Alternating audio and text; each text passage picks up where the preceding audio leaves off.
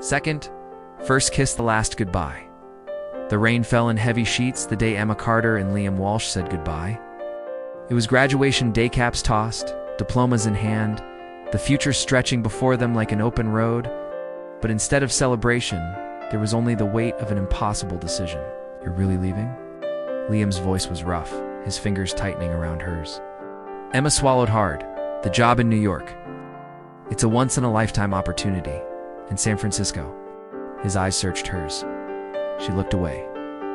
You can't turn down that startup offer. You've been dreaming of this since sophomore year. A long silence stretched between them, filled only by the drumming of rain against the pavement. We'll make it work, Liam said finally, though his voice lacked conviction. Emma nodded, blinking back tears. We'll find our way back. But they didn't. Life moved fast. New cities, new careers, new people. Never calls at first, then texts, then nothing but the occasional social media like.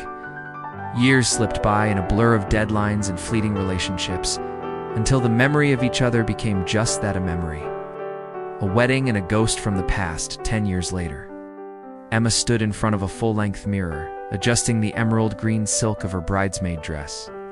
You look stunning, Kara, the bride beamed, adjusting Emma's necklace. Says the actual goddess in white? Emma laughed, but her stomach churned with nerves. Kara hadn't told anyone that Liam would be here. The groom, Jake, had been Liam's college roommate, and when the invitation came, Emma had spent 3 days debating whether to RSVP. It's been 10 years. He's probably married or moved to another country, or doesn't even remember you. The ceremony was beautiful, sunset over the vineyards, Kara radiant, Jake emotional. Emma barely heard the vows. Her eyes kept darting to the groomsmen, searching for a familiar face. And then, during the reception, she saw him. Liam stood near the bar, his dark hair slightly longer than she remembered, his jawline sharper. He wore a navy suit that hugged his shoulders just right, and when he laughed at something the groom said, the sound sent a jolt through her. He's here. He's really here. Before she could retreat, his gaze lifted and locked onto hers. For a heartbeat, the world stopped. Then he smiled, that same slow, devastating smile, and started toward her. The conversation, Emma Carter. His voice was deeper now, smoother. I was wondering if you'd show. She forced a laugh, gripping her champagne flute. Wouldn't miss Kara's wedding, right? His eyes flickered over her face, as if memorizing the changes. You look incredible. So do you. Too good. An awkward silence settled between them. So, he said finally, New York treated you well? Yeah. Editing children's books. It's fulfilling. I read one, he admitted. The Lonely Moon.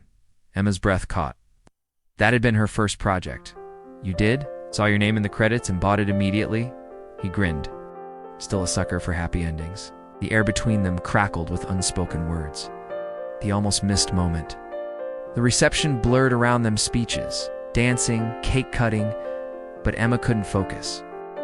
Every glance, every accidental brush of his hand against hers, sent her pulse racing. But it wasn't until late in the evening, when the party had migrated to the vineyard's terrace under a blanket of stars, that they found themselves alone. Liam leaned against the railing, staring into his whiskey. Do you ever think about it? What we could have been. Emma's throat tightened. All the time. He turned to her, his expression raw. I should have fought harder. Should have gotten on a damn plane. We were kids, she whispered.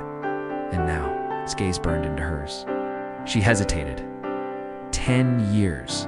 A lifetime of choices.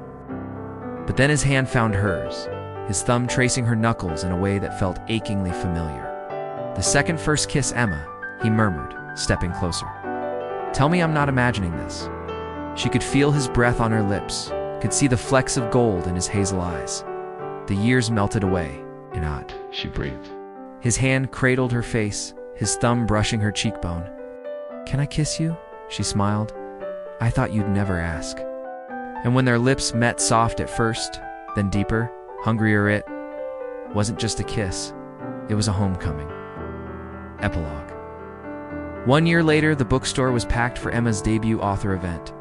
From the back of the crowd, Liam watched her with pride, the dedication page of Second First Kiss burning in his pocket.